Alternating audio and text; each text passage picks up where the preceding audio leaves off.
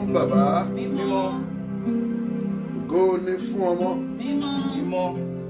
Ògo ni fún Ọlọ́run ẹ̀mí mímọ́. Bí ó ti wà láti tìkọ́ ṣe, ó ń bẹ nísinsìnyí, bẹ́ẹ̀ ni yóò sì máa rí nígbà gbogbo, ayé àìnípẹ̀kun. Àmín. Children of God, we welcome you to another Sunday service in His presence. Welcome. Let us open our mouth to sing a joyful song to our Almighty Jehovah. Join us in this holy praise and worship. Ọlọ́run àgbáyé,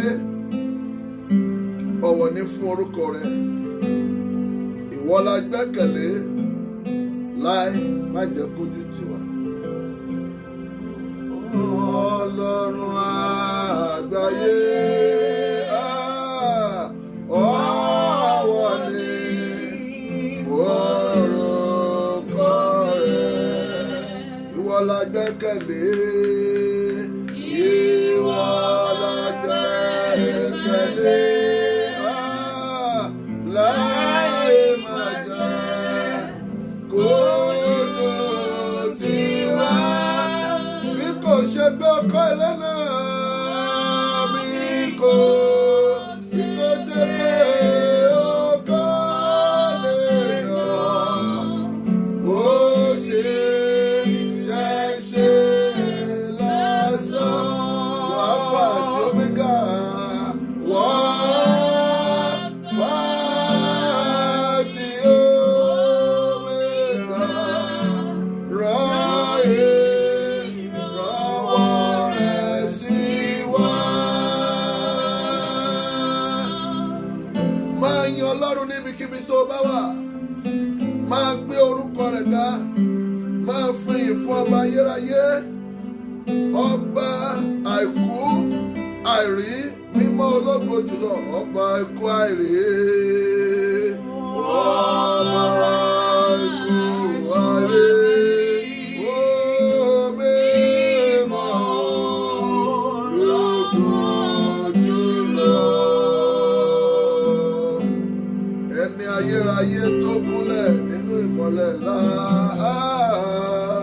Ẹni ayé ó kó wa ó tó kó wa ní ìmọ́lẹ̀ ńlá. Bí kò ṣe pé ọkọ ilé náà bàbá, bí kò ṣe pé ọkọ ilé kò sì ṣẹ̀ṣẹ̀ lásán, ó ṣe ṣẹ̀ṣẹ̀ lásán. Wọ́n fà tí ó mẹ́ga, wọ́n fà tí ó mẹ́ga. Rọwọ́ rẹ̀ sí wa. Máa yin Ọlọ́run, máa fìyìn fún. Ẹ wá kí a lọ júbà rẹ̀. Ẹ wá kí a gbé orúkọ rẹ̀ ga. Láyé àti lọ́run, ta ni àbá fún ọ? Láyé àti lọ́run o. Láyé àti lọ́run, ta ni àbá fi wé ọ?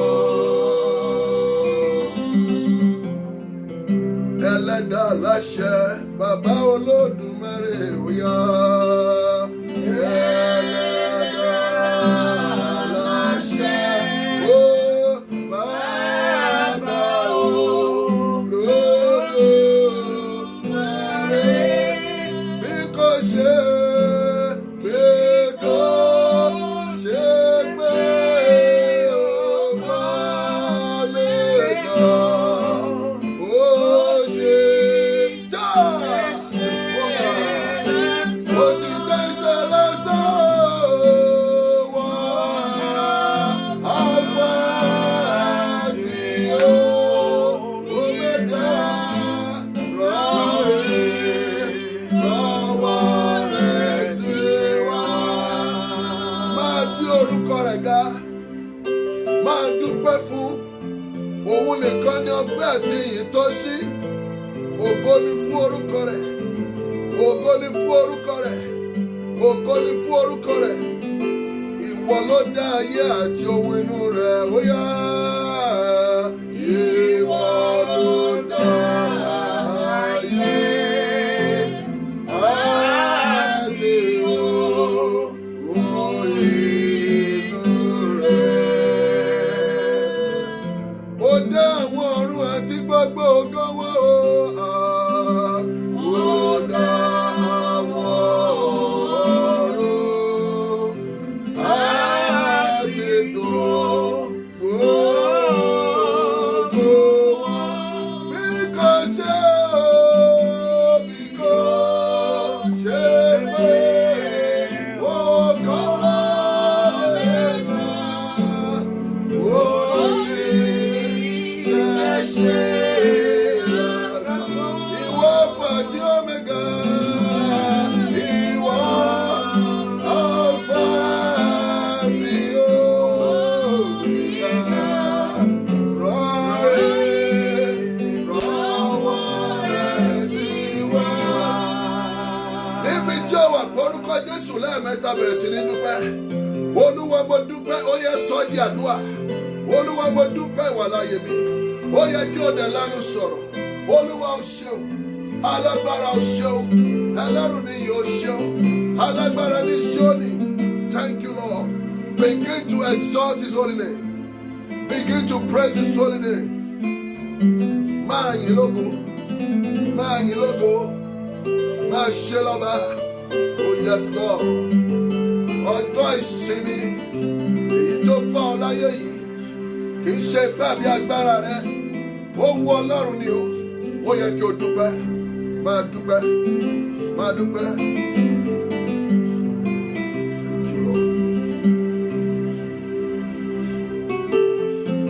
Yes, Lord. Yes, Lord. Yes, Lord. Yes, Lord. Yes, Lord. Gbàdúrà Jésù Olúwa wa. Àmín, àmín, àmín lórúkọ Jésù. Yes, Lord. Bó jẹ́ ènìyàn ló dúró ni wọ́n ti padà o. Bó jẹ́ ènìyàn ló dúró ni wọ́n ti sá lọ. Bó jẹ́ ènìyàn ló dúró ni wọ́n ti máa ṣèrègùn. Onídúró bí ẹ ṣe o.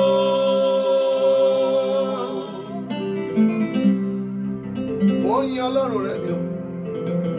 Onídúró bí ẹ ṣe o.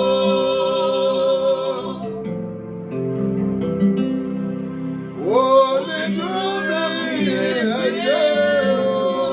Ó jẹ́ ènìyàn. Ó jẹ́ ènìyàn ló dúró ni wọ́n ti padà o. Ó jẹ́ ènìyàn ló dúró ni wọ́n ti sá lọ.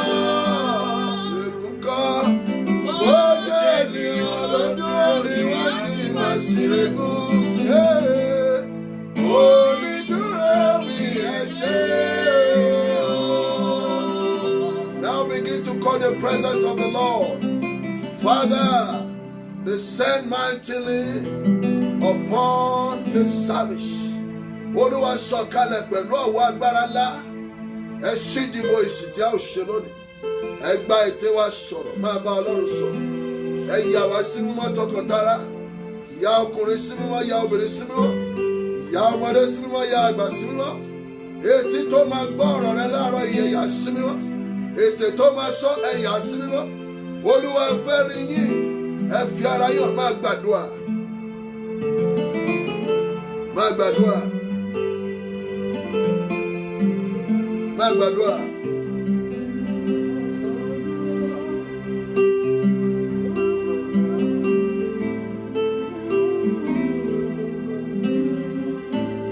Thank you, Lord. Thank you, Lord. Thank you. Gbàdúrà Jésù Olúwa wa.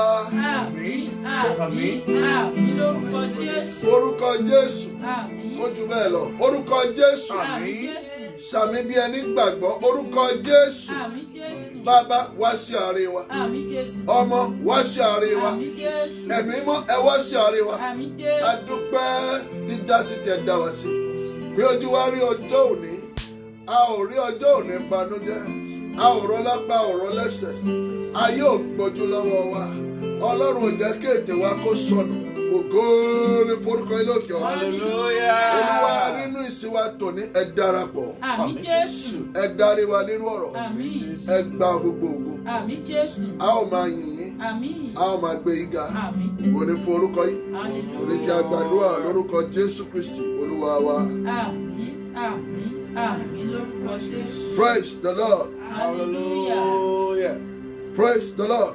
Hallelujah. Ó kéré. Praise the Lord. Hallelujah. Olúwa ọ̀run ohun ayé. Ìwọ nìyẹn àtọpẹ́ yẹ fún. Báwo láwa ó ti fẹ́ ọ tó? Oníbú ọ̀rẹ́.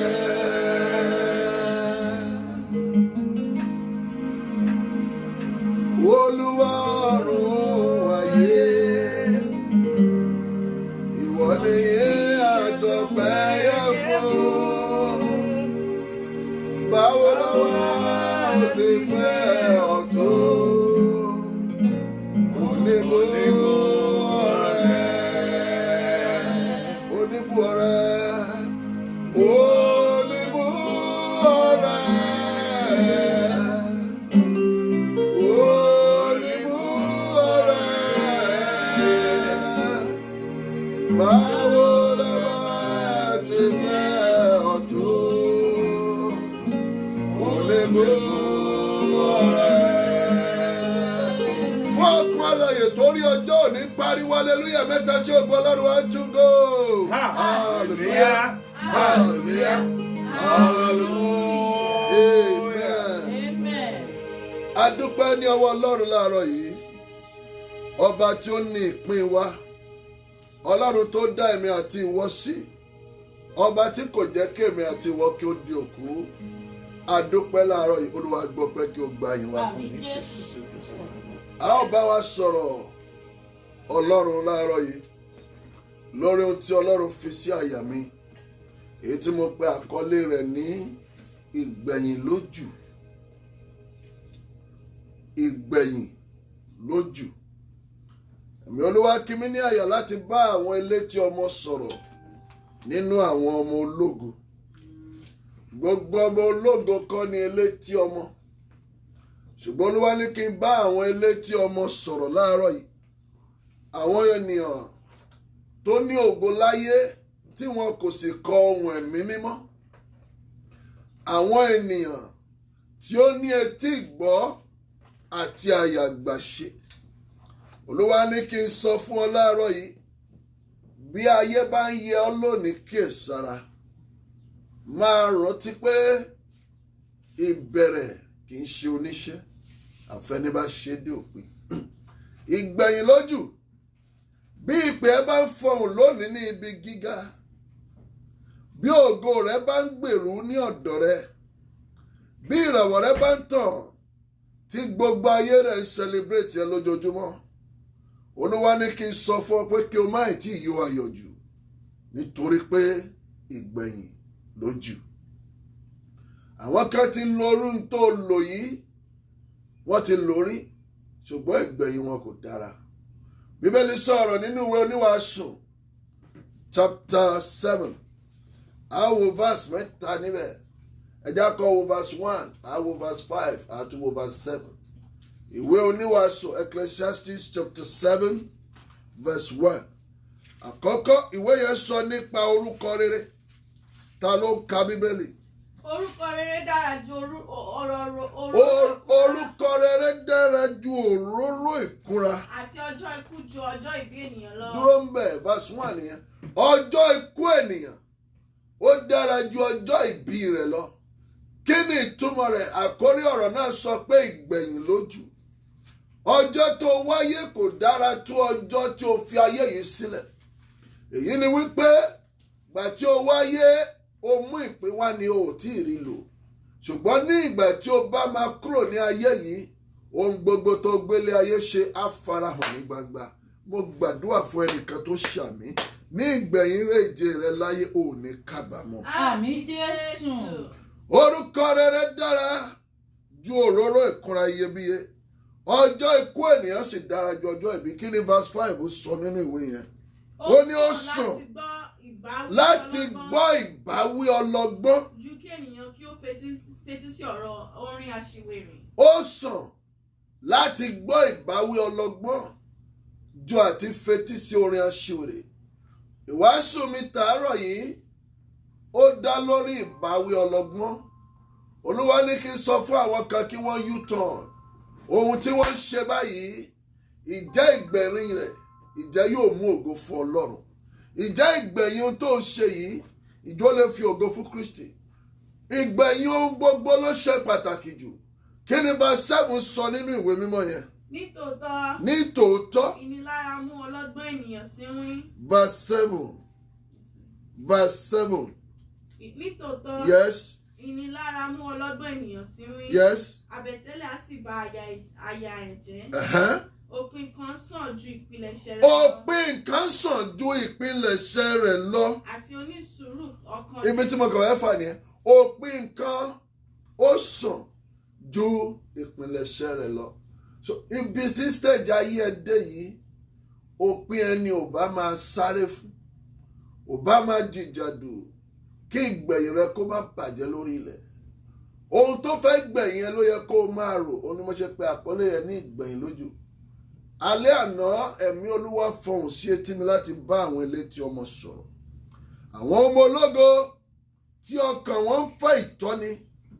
Àwọn ọmọ ológo tí wọn ò kọ ìbáwí Ọlọ́run. Àwọn ni mò ń bá sọ̀rọ̀ láàárọ̀ yìí. Àwọn tí wọn kò kẹ́gàn ọ̀rọ̀ Ọlọ́run. Ṣé ipò ló ní lónìí? Àbí ìpè ló ní? Owó ló ní ni? Àbí ọlá àbí ọrọ̀? Ohun gbogbo tó wù kó ní. Èyí tó lè bù ọ́ lójú tí o fi rántí pé kò sí ohun tí a mú wáyé, kò sí ohun tí a ò mú lọ. Gbogbo ohun tí ó ní ìbẹ̀rẹ̀ ló sì máa ń ní òpin. Ǹjẹ́ ò ń ronú bí òpin rẹ yóò ti rí báyìí? Ṣé ẹni pè ní ọ́? O ní anointing púpọ̀. Rántí o, àwọn kan ti lo ìpè, wọ́n sì ti lo anointing ní ìgbà kan rí, ṣùgbọ́n ìgbẹ̀yìn wọn a ò rí nǹkan rere kan kọ nípa wọn. Ronú lónìí bí o ti ń gbọ́ ọ̀rọ̀ yìí. Báwo ni mo ṣe fẹ́ lo ìgbẹ̀yìn ayé mi? Kí láyé yóò sọ nípa mi? Ipòkípò tẹ̀dá lé wa, kò tẹ́ lọ́rùn fọkàn rẹ̀. Má ṣe torí ògo ayé, bà ìpín rẹ̀ jẹ́ ò láyé. Ipòkípò tí ẹ̀dá lè wà, kọ̀ ìtẹ́lọ́rùn fún ọkàn rẹ̀. Ipòkípò tẹ̀dá lè wà, kọ̀ ìtẹ́lọ́rùn fún ọkàn rẹ̀. Má ṣe torí ògo ayé, bà ìpín rẹ̀ jẹ́ ò láyé. Má ṣe torí ògo ayé, bà ìpín rẹ̀ jẹ́ ò láyé. Ǹjẹ́ ògo ayé yìí ò ti wọ̀ ọ́ lójú báyìí kó gbàgbé pé òpin ń bẹ fún ọ? Owó tó ní, ọlà tó ní, ìwé tó kà tó gbójúlé yìí, ìjẹ́ kò á máa wọnú brain ẹ kó gbàgbé pé ọjọ́ kan gbogbo kìíní màmá wá ṣòpin. Ro ìgbẹ̀yìn rẹ arákùnrin, ro ìgbẹ̀yìn rẹ arábìnrin. Àwọn kan ti lo ohun tó ń lò yìí rí. Owó tó níyì àwọn kan ti ní rí. Ọlà tó níyì àwọn kan ti ní rí. Find out àwọn tó ní rí tí ìgbẹ̀yìn wọn burú, ò bá lọ wádìí ohun tó gbé wọn ṣubú. Àwọn tó ti ṣògo rí tí wọ́n padà di aláìlógo, kí lohun tó fà á? Àwọn tó ti ní èso rí tí wọ́n padà di aláìléso, kí lohun tó fà á? Màá ṣe àpẹẹrẹ ènìyàn méjì fún ọ. ìwé mímọ́ sọ ní ibìkan pé bí a bá fohun ayé yìí wé fún ọ bí o bá gbàgbọ́, mélòó mélòó ni ohun ìjọba ọ̀run. Torí náà ìwàásù yóò ní pọ̀. Màá sọ àpẹẹrẹ méjì fún ọ nípa àwọn ẹ̀dá méjì kan. Ìkan ń bẹ ní ọ̀run, ìkan ń bẹ ní ayé. Kó ba lè yé ọ dáadáa pé no matter where you find yourself, wherever you are, ipòkípò tó wù kó ní, lò dáadáa. Torí kíní kan wà tí a ń pè ní òpin. Òpin máa dé bá ọ lọ́jọ́ kan. Ohun gbogbo tó ní yìí máa dópin ní ọjọ́ kan. Rò ìgbẹ̀yìn rẹ̀. Báwo ni ìgbẹ̀yìn rẹ̀ ò ti rí? Ṣé ìgbẹ̀yìn rẹ̀ máa dára àbí ó máa burú? Are you going to end well with the rate at which you are going in your life? I will make two case study of two people tí wọ́n ní ògo tí wọ́n sì rí ògo yẹn lò àti ohun tó gbẹ̀yìn ògo wọn. Ẹni àkọ́kọ́, ọ̀run ló ti ṣògo, ọ̀run ló ti ní ògo, ọ̀run ni a ti ṣe ní ọ̀ṣọ́. Èyí ni a pè ní Sátánì. Kó tó di pé a pè ní Sátánì, Lúsífẹ́rì ní orúkọ rẹ̀. Lúsífẹ́rì, ìràwọ̀ òwúrọ̀. Pàdé mi nínú Isaiah chapter 14 verse 12. Ẹnìkan pàdé mi ní Ezekiel 28 verse 13. Ẹ pín ìwé yẹn mọ́ ọwọ́. Ezekiel 28 verse 13. Isaiah 14 verse 12. Ẹni tí a ń sọ yìí, ọ̀run ló ti ṣògo tiẹ̀, kì í ṣe ayé yìí. Mi ò rí ògo kan tó fẹ́ ṣe láyé tó lè tó àwọn tó ti ṣògo ní ọ̀run. Kí ló kà ní Isaiah 14:12? Báwo ni ìwọ ti ṣe ṣubú láti ọ̀run wá? Ẹ gbọ́ bó ṣe ní ògo yìí tó, síbẹ̀síbẹ̀ ó ṣubú. Jẹ́ kí n sọ pẹ̀lú àṣẹ adániwáyé, gbogbo ológo tó lè ṣàmì mẹ́ta yìí, lórúkọ Jésù, nínú ògo tí ẹ ń lò lọ yìí, ẹ ò ní jábọ́. Àmín Jésù. Mo ní ẹ ò ní jábọ́. Àmín Jésù. Lẹ́ẹ̀kan sí, lórúkọ Jésù, ẹ ò ní jábọ́ sẹ̀. Àmín Jésù. Ẹ gbọ́, Sátánì jábọ́, ó ṣubú. Ẹni tí ò tó, ó wá béèrè lọ́wọ́ rẹ̀. Ó ní báwo ni ìwọ ti ṣe ṣubú láti ọ̀run wá? Yes. Báwo ni ìwọ ti ṣe ṣubú láti ọ̀run wá? Yes. Ìwọ Lúsífẹ́rì. Ìwọ Lúsífẹ́rì. Ìràwọ̀ òwúrọ̀. Ìràwọ̀ òwúrọ̀. Báwo ni a ti ṣe Báwo la ṣe ké ọ lulẹ̀? Ìwọ tí ó ti ṣí àwọn orílẹ̀-èdè ní apá. Nítorí ìwọ ti wí ní ọkàn rẹ pé. Nítorí ìwọ ti wí ní ọkàn rẹ pé. Èmi ó gòkè lọ sí ọ̀run. Èmi yóò gòkè lọ sí ọ̀run. Èmi ó gbé ìtẹ́ mi ga kọjá ìràwọ̀ Ọlọ́run. Ẹ gbọ́ ohun tó ṣe ní ìgbà tí a ṣe ní ọ̀ṣọ́. Ní ìgbà tó di ológo tán, ó ní èmi yóò gbé ìtẹ́ mi ga kọjá àwọn ọ̀run. Èmi yóò kọjá àwọn ìràwọ̀ Ọlọ́run. Èmi yóò sì jókòó ní orí òkè ìjọ ènìyàn ní ìhà àríwá. Èmi yóò sì gòkè kọjá gíga. Oh Lord, ẹ wo ohun tó wà ní ọkàn rẹ̀. Ọkàn rẹ̀ gbéga sí Ọlọ́run. Mo gbàdúrà nítorí ẹ̀bùn tí a fún wọn, nítorí ògo tó ń lò lọ yìí, ìgbéraga tó máa wọ ayé rẹ tó máa rán lórúkọ Jésù, ọ̀run gbé jáde bẹ́ẹ̀. Àmín Jésù. Mo ní ìgbéraga tó máa bà tiẹ̀ jẹ́, ó yẹ ó jáde nínú ìṣẹ̀dá rẹ̀. Àmín Jésù. Ó ní èmi yóò gòkè kọjá gíga wo sánmà, èmi yóò sì dàbí ọ̀gá ògo jùlọ. Ó kọjá ayé, ẹ sọ pé ó kọjá ayé. Ó kọjá ayé. Ṣùgbọ́n a mú un sọ̀kalẹ̀ lọ sí ipò òkú. Ó gbọ́, Bíbélì sọ, ó ní a mú un sọ̀kalẹ̀ lọ sí ipò òkú, sí ìhà ihò. Àwọn tí ó sì rí, wọ́n tẹjú mọ́, wọ́n sì yọnu rẹ̀ pé èyí ni ọkùnrin náà tó mú ayé wárìrì, tó sì mú ilẹ̀ ọba mìtìtì. He was put down in shame. Nítorí pé ó ṣí ipò rẹ̀ lò. Bá mi kọrin. Bàbá o, bàbá o, kí máa ṣí ipò mi lò. Bàbá o, bàbá o, bàbá o, kí máa ṣípò mi lò. Bàbá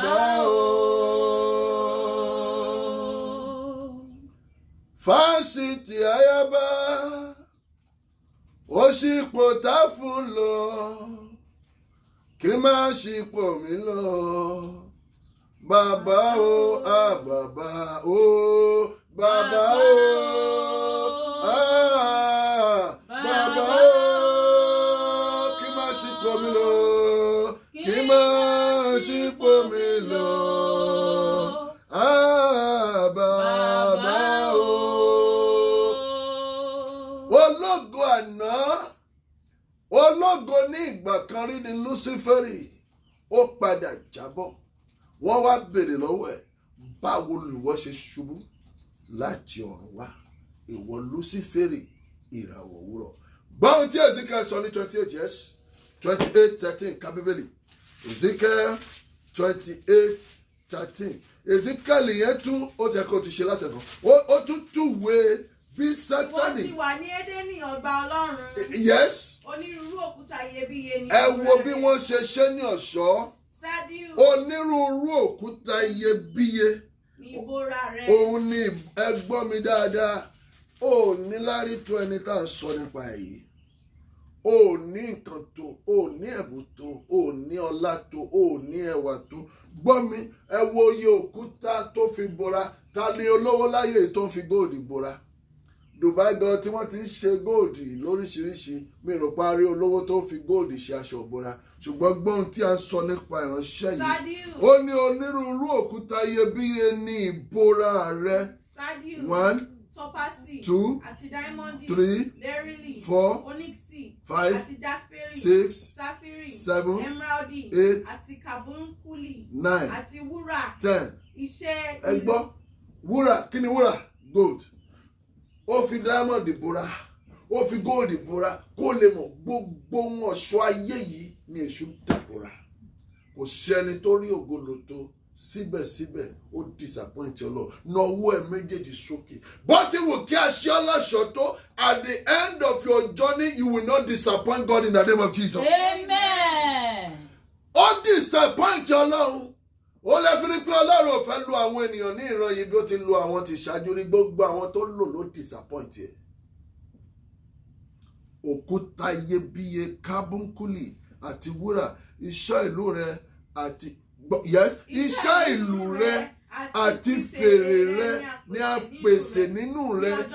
Gbọ́ mi èṣù tí èṣù bá dúró báyìí he was the first choir master in heaven tó bá ṣe ìyẹ́ báyìí gbogbo ìyẹ́ piano sofa notation ni Bíbélì ní iṣẹ́ ìlú rẹ àti fèrè rẹ ni a pèsè sí inú rẹ so tó bá sọ̀rọ̀ ó dàbí ìgbà tí à ń tẹ fèrè saxophone dùrù gbogbo a máa dún pọ̀ a máa align so tí èṣù bá gbé orin lẹ́ẹ̀kan báyìí gbogbo instrument a sì tẹ̀lé he was the first choir master ó ní iṣẹ́ ìlú rẹ àti fèrè rẹ ni a pèsè ní inú rẹ ní ọjọ́ tí a dá ọ. He was well presenter equipped tó nínú àwọn tó kọrin but he failed God. Ṣé orin láyàn tó ń kọ nílé Ọlọ́run tó sọ̀rọ̀ ẹ̀dí àtóbi jù? Ó bẹ̀rẹ̀ sí ní gbéraga torí ẹ̀bùn yìí ó ti ṣẹlẹ̀ sí ànábì Sátánì rí o. Ó padà ṣìṣe níwájú adániwáyé. Mo gbàdúrà fún ọ lẹ́ẹ̀kan sí elétí ọmọ tó ń gbọ́ mi lórúkọ Jésù ò ní ṣìṣe níwájú Ọlọ́run. Àmín Jésù. Verse 14 sọ̀rọ̀ ó ní ìwọ ni kérúbù tí a nà. Tí a fi òróró yàn tí ó sì bọ́. Ẹ̀mí sì ti gbé ọ kalẹ̀. Ìwọ wá lórí òkè mímọ́ Ọlọ́run. Yes. Ìwọ ti rìn sókè rìn sọ́dọ̀ àláàrin òkúta iná. Yes. Ìwọ pé ní ọ̀nà rẹ láti ọjọ́ tí a ti dá ọ. Ǹjẹ́ a lè sọ irú eléyìí nípa ẹ̀? Ó gbọ́ ni Ọlọ́run wo Sátánì ẹ̀sà. Ó ní ìwọ pé ní ọ̀nà rẹ gbogbo ní ọjọ́ tí a dá which means there was no shortcoming in his creation. He was the most perfectly created being that has ever existed in heaven and on earth. Kò sẹ́ni tá a dá tó tún dára tó mọ́. Olókọ́lọ̀ lọ́gbọ́n tọ́lọ́ fi wò pé òun ò ní ever equip anybody láéláé mọ́ bí ó ṣe equip Sátánì. Ó gbọ́n tí a kà ní. Ó ní ìwọ pélé ọ̀nà rẹ ní ọjọ́ tí a dá ọ until tí a fi rí àṣedédé nínú rẹ̀. Ká Bíbélì. Ìwọ pé ní ọ̀nà rẹ láti ọjọ́ tí a ti dá ọ. Ẹ o. Títí tí a fi rí àìṣeré nínú rẹ nítorí ọ̀pọ̀lọpọ̀ ọwọ́ rẹ wọ́n ti fi ìwà ipá kún àárín rẹ ìwọ sì ti ṣe nítorí náà ni èmi ó ṣe sọ ọ́ nù bí ohun àìlọ́wọ́ kúrò ní òkè Ọlọ́run èmi ó sì pa ọ́ run ìwọ kérúbù tí o bọ́ láti àárín òkúta iná. Olúwa ló máa parun. Verse 17. Ọkàn rẹ gbé sókè nítorí ẹwà rẹ.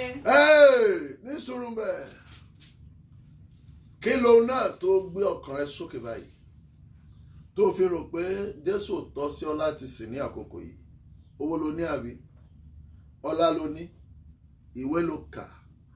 Business tó ń ṣe ló fà á?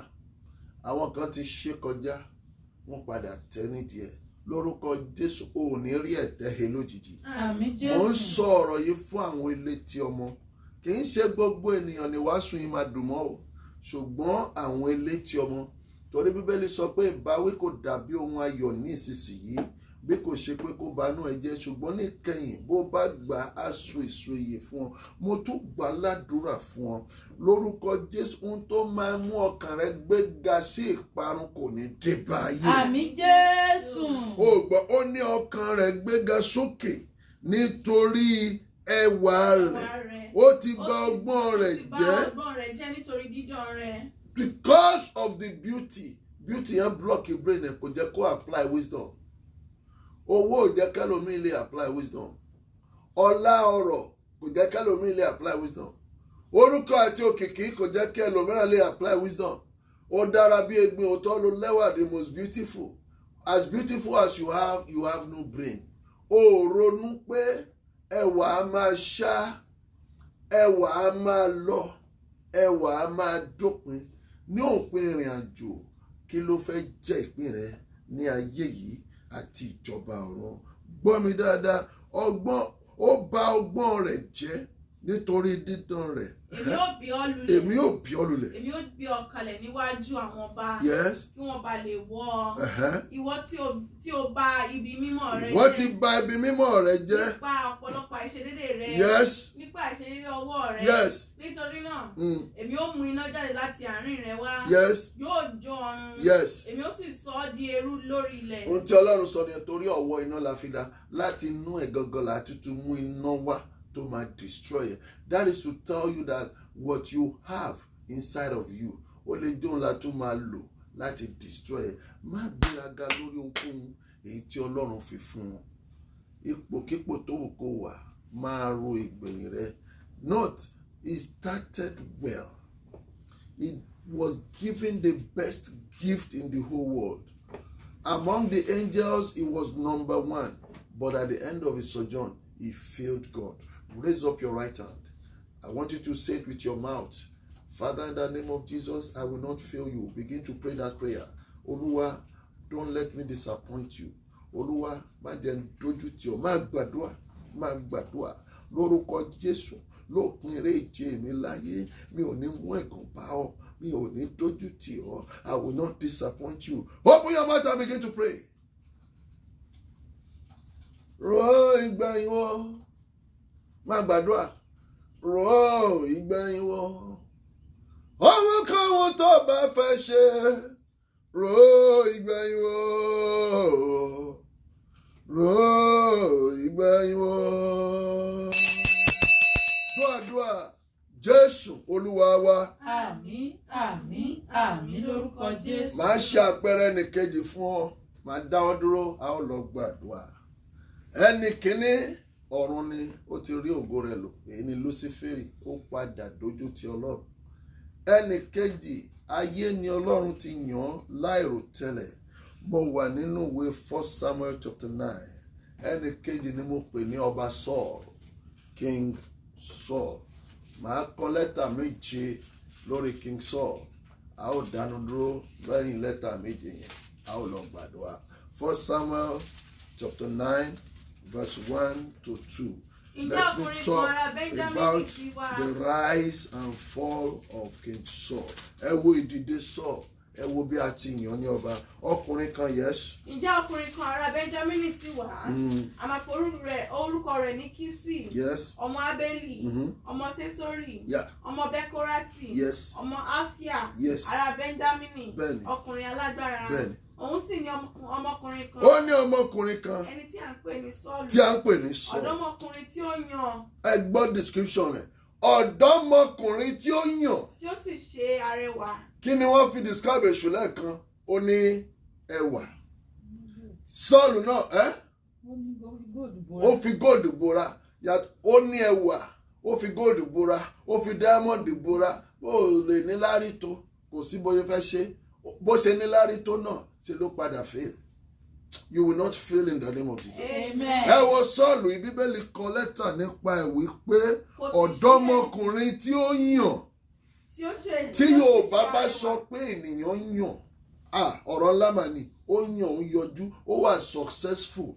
Ọ̀dọ́mọkùnrin tí ó yàn, tí ó sì ṣe arẹwà. Kò sì sí ẹni tí ó dára jùlọ nínú gbogbo àwọn ọmọ Ísírẹ́lì. Ó bá tán, out of 80-something thousand population, he was the best man. Hallelujah. Hallelujah. Hallelujah. Hallelujah. Somebody, hallelujah. Hallelujah. Out of 80-something thousand population in Israel, he was the best, most qualified, most handsome. Gbọ́, kàwé. Láti èjìká rẹ̀ lọ sí òkè. Ó ga ju gbogbo àwọn ènìyàn náà lọ. Ó ti tó. Ó ga ju gbogbo ènìyàn lọ. So there was nobody that was more qualified than him. God built him, he equipped him with everything he needed before he was appointed. Verse 14. Wọ́n gòkè lọ sí ìlú náà. Yes. Bí wọ́n ṣe ti ń lọ. Now, ohun tó ṣẹlẹ̀ tí mo fi skip ẹ̀ ni pé mi ò fẹ́ pẹ́. Kẹ́tẹ́kẹ́tẹ́ bàbá ẹ̀ wá sọnù, wọ́n wá lọ sínú igbó, wọ́n sọnù. Nínú igbó yẹn wọ́n nídìí amọ̀nà, wọ́n nídìí wòlíì tó máa sọ ìran fún wọn, wọ́n wá ń wá Samuel kiri. Verse 14, ó ní wọ́n sì gòkè lọ sí ìlú náà, bí wọ́n sì ti wọ ìlú náà, sì kíyèsí Samuel ń bọ̀ wá pàdé wọn. Láti gòkè lọ sí ibi gíga náà. Yes. Olúwa ti wí létí Samuel ní ìjọ kan kí Sọ́ọ̀lù kí ó tó dé wípé. Yes. Níwòyí ọ̀la èmi ó rán ọkùnrin kan láti ilẹ̀ Benjamin wá sí ọ. Yes. Ìwọ sì dá òróró sí i lórí kí ó lè jẹ́ olórí Ísírẹ́lì àwọn ènìyàn mi. Bẹ́ẹ̀ni. Yóò sì gba àwọn ènìyàn mi lọ́wọ́ àwọn Fílístínì. Yes. Nítorí èmi ti bójú wo àwọn ènìyàn mi.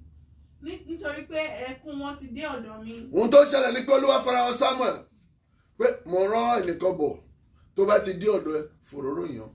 Ọlọ́run dẹ̀ kọ́ọ̀sì ìṣẹ̀lẹ̀ láti ṣẹlẹ̀ ní family house débi pé àwọn náà nídìí wòlíì ó wá Samuel, Sọ́ọ̀lù ń wá Samuel, Samuel ń wá Sọ́ọ̀lù. Ètí Yorùbá ní ẹni à ń wá lọ ọ̀nà là ń kó. Mo sọ pẹ̀lú ẹnu àṣẹ ọ̀run, ẹni tó máa ṣàánú fún ọ tó máa mú ẹ lọ sí ipò gíga, ó yá lọ pàdé ẹ lọ́nà. Àmín Jésù. Verse 17 wá sọ̀rọ̀. Nígbà tí Samuel rí Sọ́ọ̀lù. Gbà tí Samuel rí Sọ́ọ̀lù. Olúwa wí fún pé. Ọkùnrin náà tí mo ti ń sọ̀rọ̀ rẹ̀ fún. Ọkùnrin tí mo ti ń sọ̀rọ̀ ẹ̀ fún ẹ rèé. Òun ni yóò jọba àwọn ènìyàn mi. Sọ́ọ̀lù sì súnmọ́ Samuel. Yes. Ó sì wí pé sọ fún mi, èmi bẹ̀ ọ́, níbo ni ilẹ̀ àríran gbé wà? Ó wá ń bèrè pé bo ni ilé àríran wà, kò mọ̀ pé àríran yẹn gangan lòun bá sọ̀rọ̀. Yes. Samuel dá Sọ́ọ̀lù lóhùn, ó sì wí pé èmi ni àríran náà. Bẹ́ẹ̀ni. Gòkè lọ síwájú mi ní ibi gíga, ẹ ó sì bá mi jẹun lónìí ní òwúrọ̀. Yes. Èmi ó sì jẹ́ kí o lọ. Bẹ́ẹ̀ni. Gbogbo èyí tí ó wà ní ọkàn rẹ̀ ni èmi ó sọ fún ọ. Bẹ́ẹ̀ni. Ní ti àwọn kẹ́tẹ́kẹ́tẹ́ rẹ. Yes. Tí ó ti nú láti àwọn. Èyí tó ti sọnù láti ijọ́ mẹ́ta wá. Má fi ọkàn sí wọn nítorí tí wọ́n ti rí wọn. Ẹ gbọ́ ìran ni Samuel gbé pàdé ẹ̀. Kẹ́tẹ́kẹ́tẹ́ torí ẹ̀ wọnú gbó, don't bother about it. Wọ́n ti rí wọn. Ohun tó ń dà láàmú tó fi ń wọ́ndà káàkiri tó fi ń wá wòlé, Ọlọ́run yanjú ẹ̀ láàárọ̀. Àmín Jésù. Láì fa ọ̀rọ̀ gùn, ẹ wo chapter 10 verse 24. Samuel yìí ó mọ̀ wípé Saul ni ẹni tí a rán òun sí. Saul was the most qualified person. Ibẹ̀ ni mo fẹ́ mú. He was the most qualified person. Chapter 10 verse 24. Yes. Samuel sì wí fún gbogbo àwọn ènìyàn náà. Samuel wí fún gbogbo àwọn ènìyàn náà pé. Ẹ̀yin kò rí ẹni tí Olúwa yàn fún ara rẹ̀. Ẹ̀yin kò rí ẹni tí Olúwa yàn fún ara rẹ̀. Pé kò sí ẹni tí ó dàbí rẹ̀ nínú gbogbo ènìyàn náà. Gbogbo ènìyàn ó yè. Wọ́n sì wí pé kábíyèsí o, kí ọba kí ó ṣe kí ni? Ó ti tó ń bẹ̀ kí ọba kí ó pẹ́. Now, lẹ́yìn tí a yan Sọ́ọ̀lù lọ́ba, ó bẹ̀rẹ̀ iṣẹ́ rẹ̀. Ohun gbogbo tí ènìyàn nílò láti lò ní ìjọba lọ́lọ́run fún: ipò, ọlá, ẹwà, agbára, òkìkí, gbogbo ẹ̀ ló ní. Ṣùgbọ́n ní chapter 15, Olúwa wá rán níṣẹ́ kan ní verse 1 to 3. Chapter 15, láì fa ọ̀rọ̀ gùn. Sámúẹ́lì sì wí fún Sọ́ọ̀lù pé Olúwa rán mi láti fi àmì òróró yàn ọ́ ní ọba lórí ènìyàn rẹ, lórí Ísírẹ́lì. Nítorí náà nísinsìnyí ìwọ fetí sí ohùn ọ̀rọ̀ Olúwa. Báyìí ni Olúwa àwọn ọmọ ogun wí. Èmi rántí èyí tí Amaleki ti ṣe sí Ísírẹ́lì. Bí ó ti lùmọ̀ dé ní ọ̀nà. Bí wọ́n ṣe lùmọ̀ dé ní ọ̀nà. Nígbà tí òun gòkè tí Íjíbítì jáde wá. Lọ nísinsìnyí kọlù Amaleki. Instruction yìí gbọ́ dáadáa. Lọ nísinsìnyí kí o sì kọlù Amaleki. Gba gbogbo nǹkan wọn ní àparun. Má ṣe dá wọn sí. Ṣùgbọ́n pa àti ọkùnrin àti obìnrin. Pa àti ọkùnrin àti obìnrin. Ọmọ kékeré àti àwọn tí ó wà ní ẹnu. Ọmọ kékeré àti àwọn tí ó wà ní ẹnu ọmú. Màálù àti àgùntàn. Ràkúnmí àti kẹ́tẹ́kẹ́tẹ́. God gave a specific instruction. Do not spare anybody, both animals and human beings. Yes. Sọ́ọ̀lù sì kó àwọn ènìyàn náà jọ. Sọ́ọ̀lù lọ.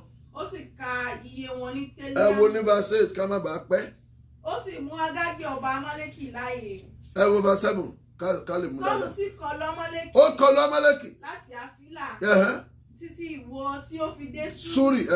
Tí ó wà ní apá kejì Íjíbítì. Yes. Ó sì mú Agágì ọba Amaleki láàyè. Ó mú Agágì ọba láàyè. Kí lọ́lọ́run sọ fún? Má dá ọkùnrin kankan sí. Ṣé Agágì yẹn ṣe hermaphrodite ni? Now, àṣìṣe. Number 1. Ó mú Agágì ọba láàyè. Ó sì fi ojú ìdàrún gbogbo àwọn ènìyàn náà. Ṣùgbọ́n Sọ́ọ̀lù àti àwọn ènìyàn náà dá Agágì sí àti èyí tó dára jùlọ nínú àgùntàn, nínú màálù àti ohun tó dára tó bẹ́ẹ̀ nínú wọn. But ní verse 2-3 kí lọ́lọ́run sọ fún lẹ́ẹ̀kan ní verse 3 ó ní ṣùgbọ́n pa àti ọkùnrin àti obìnrin, ọmọ kékeré àti àwọn tó wà lẹ́nu ọmú, màálù, àgùntàn, ìbákasẹ àti kẹ́tẹ́kẹ́tẹ́. But ní verse 9 sìn gbọ́n tí Sọ́ọ̀lù ṣe. Ó dá Agágì ọba sí. Ṣùgbọ́n Sọ́ọ̀lù àti àwọn ènìyàn náà dá Agágì sí. Àti èyí tí ó dára jùlọ nínú àgùntàn àti nínú màálù. Ó bá parí. Àti ohun èyí tí ó dára tó bẹ́ẹ̀ nínú wọn. Ẹni tí Ọlọ́run equip yẹn, ẹ wo bí tó ti ṣiṣẹ́. Mo gbàdúrà bó o ṣe ṣàmì mẹ́ta, o ò ní ṣìṣe níwájú Ọlọ́run. Àmín Jésù. Bẹ́ẹ̀mi bá gbẹ̀rẹ̀ sípò, máa yà yọjú ọ̀rẹ́ mi lé. Bẹ́ẹ̀mi bá gbẹ̀rẹ̀ nípò, máa yà yọjú ọ̀rẹ́ mi lé. Ọ̀rẹ́ mi lé sí lo ọ̀rẹ́ mi lé. Bẹ́ẹ̀mi bá gbẹ̀rẹ̀ nípò, máa yà yọjú ọ̀rẹ́ mi lé. Gbọ́ ìlàjẹ mi, bí ẹ̀mí mímọ́ bá gbé ẹ sí ipò, má yọ ayọ̀ jù ọ̀rọ̀ ẹ̀mí le. Ẹ̀mí tó gbé ẹ sí ipò yẹn náà ló máa padà yẹ̀yẹ́ tí wàá dojú bolẹ̀ bó bá kọ ohun ẹ̀mí. Bẹ́ẹ̀mi bá gbé ẹ sí ipò, má yọ ayọ̀ jù ọ̀rọ̀ ẹ̀mí le. Torí ìdá olójú méjì ni. Ọ̀rọ̀ ẹ̀mí le, ọ̀rọ̀ ẹ̀mí le, àlóore mi. Bẹ́ẹ̀mi bá gbèrè nípò, máa yà yọjú ọ̀rẹ́ mi lé. Sọ́ọ̀lù yóò ayọ̀jù. Kò ronú pé instruction tí Ọlọ́run fún òun gbọ́dọ̀ kọbi ara sí ní ìgbà gbogbo, nígbà tó wọ̀ àti ìgbà tí kò wọ̀. Fún ohun tó ṣe yìí, Ọlọ́run bínú sí Sọ́ọ̀lù. Wo verse 11. Èmi káàánú gidigidi. Inú bí Ọlọ́run. Ó ní èmi káàánú gidigidi nítorí tí mo fi Sọ́ọ̀lù jọba. nítorí tí ó ti yí padà What? lẹ́yìn mi. Oh, lórúkọ Jésù. Ọlá ipò ẹwà tó ní kò ní jẹ́ kó yí padà kúrò lẹ́yìn Ọlọ́run. Àmín Jésù. Yes. Kò sì mú ọ̀rọ̀ mi ṣẹ. Kò mú ọ̀rọ̀ mi ṣẹ. Ó sì bá Sámúẹ́lì nínú jẹ́ gidi. Ó bà Sámúẹ́lì nínú jẹ́ gidigidi. Ó sì ké pe Olúwa ní gbogbo òru náà. Ó ké pe Ọlọ́run ní òru. Nígbà tí Sámúẹ́lì sì dìde ní òkùtùkùtù. Oh yes. Láti pàdé Sọ́ọ̀lù. Oh yes. Wọ́n sì sọ fún Sámúẹ́lì pé Sọ́ọ̀lù ti wá sí Kámẹ́lì. Yes. Ṣáwó. Òun kọ́ ibì kan fún ara rẹ̀. Yes. Ó sì ti lọ. Yes. Ó sì kọjá síwájú. Yes. Ó sì sọ̀kalẹ̀ lọ sí Gígálì. 13. Sámúẹ́lì sì tọ̀ Sọ́ọ̀lù wá. Oh yes. Sọ́ọ̀lù sì wí fún pé Bẹ́ẹ̀ni. alábùkún ni ọ láti ọ̀dọ̀ Olúwa wá. Èmi ti ṣe èyí tí Olúwa rán mi. Ẹ tún wojú ìṣáájú. Ó ní èmi ti ṣe ohun gbogbo tí Ọlọ́run rán mi. Ṣé o ṣe ohun tó Ọlọ́run rán? Kàwé. Sámúẹ́lì sì wí pé. Ṣé o mọ̀ pé Samuel ò tí ì béèrè question lọ́wọ́ ẹ̀? Be careful. Àwọn tó máa ń tètè down ahead mọ̀ wípé they are fake. Wọn ò tí ì béèrè question lọ́wọ́ ẹ̀.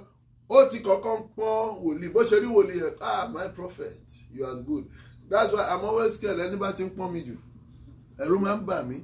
Mo kọrin kan nínú orin ìmísí Debo of Zamis. Ó ní báyé ń gbé ọ̀gẹ̀gẹ̀ fúnra sí wọn. Báyé ń gbé ọ̀gẹ̀gẹ̀ fúnra sí wọn. Ránkà dédé, ojú la rí a kò mọ inú ara wa. Òrókùnú wọn ẹ fúnra o. Bó ṣe rí Saul, bó ṣe rí Sámúẹ́lì, ó ní Sámúẹ́lì sì tọ̀ Sọ́ọ̀lù wá. Sọ́ọ̀lù sì wí fún un pé alábùkún ni ọ́ láti ọ̀dọ̀ Olúwa wá. Èmi ti ṣe èyí tí Olúwa rán mi. Sámúẹ́lì sì wí pé ǹjẹ́ èwo ni ìgbé àgùntàn tí èmi. Tó bá jẹ́ pé o ṣe ohun tó lọ́rọ̀, ìjẹ́ èwo ni gbé àgùntàn tí mò ń gbọ́ lé etí mi yìí àti gbé màálù tí mò ń gbọ́ yìí. Sọ́ọ̀lù sì wí fún un pé èyí tí wọ́n mú tí Amálẹ́kì wá. Èyí tí wọ́n mú láti Amálẹ́kì wá ni. Tí àwọn ènìyàn dá sí nínú àwọn àgùntàn. Sorry. He was trying to shift the blame on the people. That was actually what angered God the most. Èyí tí àwọn ènìyàn kò sọ pé òun lòun ṣe. He was trying to transfer the blame to the people. Yes. Èyí tí àwọn ènìyàn dá sí nínú àwọn àgùntàn tí òun ti màálù tí ó dára jù. Láti fi rúbọ sí Ọlọ́run. Oh my God. A sì pa èyí tí ó kù run. Yes. Sámúẹ́lì sì wí fún Sọ́ọ̀lù pé. Dúró. Èmi ò sọ èyí tí Olúwa wí fún mi ní alẹ́ yìí. Òun sì wí fún pé. Máa wí. Sámúẹ́lì sì wí pé. Ìwọ kò ó wá pìtọ̀ ìwọ kò á kéré jù lójú ara rẹ nígbà tí Olúwa fi ọ́ ṣe olórí ẹ̀yà Ísírẹ́lì. Tí Olúwa fi àmì òróró sọ ọ́ di ọba Ísírẹ́lì. Yeah. Olúwa sì rán ọ níṣẹ́. Yes. Ó sì wí pé. Bẹ́ẹ̀ni. Lọ. Kí o sì pa àwọn ẹlẹ́ṣẹ̀ ara Amálẹ́kì run. Dáhùn. Kí o sì bá wọn jà títí tí ó ti fi run tó ti fi wọ́n. Títí tí wọ́n ò fi run wọ́n. Olúwa sì rán ọ níṣẹ́. Yes. Olúwa rán ọ ní iṣẹ́. Yes. Ó sì wí pé. Lọ. Kí o sì pa àwọn ẹlẹ́ṣẹ̀ ara Amálẹ́kì run. Bẹ́ẹ̀ni. Kí o sì bá wọn jà. Títí tí ó fi run wọ́n. Èyí sì ṣe. Tí ìwọ kò fi gbọ́ ohùn Olúwa. Kí ló dé tó gbọ́ ohùn Olúwa? Tí ìwọ sì sáré sí ìkógun. Ṣùgbọ́n ìwọ sì sáré sí ìkógun. Tó ṣe búburú níwájú Olúwa yìí. Ìwọ ṣe búburú níwájú Olúwa. Sáré. Sọ́ọ̀lù sì wí fún Sámúẹ́lì pé. Nítòótọ́ èmi gba ohùn Olúwa gbọ́. Èmi sì ti lọ. Ó tún bá wòlíì yẹn agiu. Èmi sì ti mú adájọ́ Amálẹ́kì. Ní sùúrù bẹ́ẹ̀. Instead of him to kneel down pé bàbá mo ti ṣe mistake ẹ dáríjì mi ẹ bá mi bẹ̀ Ọlọ́run, that would have been the best thing tó lè ṣe láti save situation yẹn. He was arguing. He turned himself to a lawyer. He was soliciting, arguing, trying to be defensive. God hates it when you are defending unrighteousness. God hates it when you are defending your sin. God hates it when you are trying to prove to him pé ẹ̀ṣẹ̀ tó dá yẹn kì í ṣe fault. No. Accept the blame. That was what killed him. Yes. Sọ́ọ̀lù sì wí fún Sámúẹ́lì pé nítòótọ́ èmi gbọ́ ohùn Olúwa gbọ́. Èmi sì ti lọ lọ́nà tí Olúwa rán mi. Èmi sì ti mú adájọ́ ọba Amálẹ́kì wá. Èmi sì ti pa ará Amálẹ́kì run.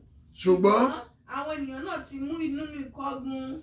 Àwọn ènìyàn náà ló mú nínú ìkógun àgùntàn àti màálù. Màálù pàtàkì nǹkan wọ̀ ní. Ṣé òun kọ́ ló lìdí ogun lọ? Ìgbà ṣé àwọn ènìyàn ni Ọlọ́run bá sọ̀rọ̀? Ṣebí Sọ́ọ̀lù ni Ọlọ́run bá sọ̀rọ̀? Ta ló yẹ kó control àwọn ènìyàn?